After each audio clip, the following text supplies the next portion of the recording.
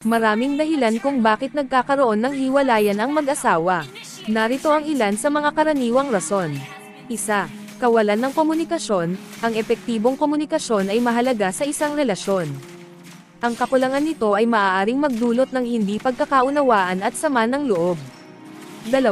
Pagkakaroon ng iba. Ang pagtataksil o pagkakaroon ng relasyon sa iba ay isa sa pangunahing dahilan ng paghihiwalay ng mag-asawa.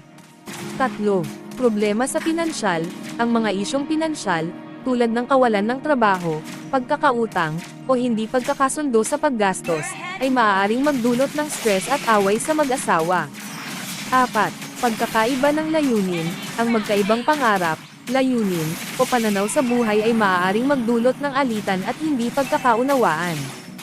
5. Kawalan ng pagmamahal o pag-aalaga. Ang pagkawalan ng pagmamahal, interes, o pagkalinga sa isa't isa ay maaaring magdulot ng pakiramdam ng pag-iisa at kawalan ng koneksyon. 6. Pananakit o pang-aabuso. Ang pisikal, emosyonal, o psikolohikal na pang-aabuso ay isang malubhang dahilan ng paghihiwalay. Walang sino man ang dapat manatili sa isang mapang-abusong relasyon. 7. Hindi pagtupad sa mga responsibilidad. Ang kawalan ng pagtupad sa mga responsibilidad sa loob ng tahanan o sa pamilya ay maaaring magdulot ng sama ng loob at pagkabigo. 8.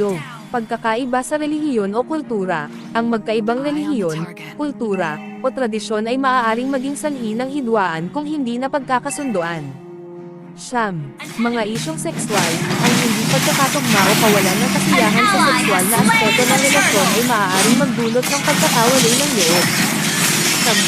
Stress at pagkakabot.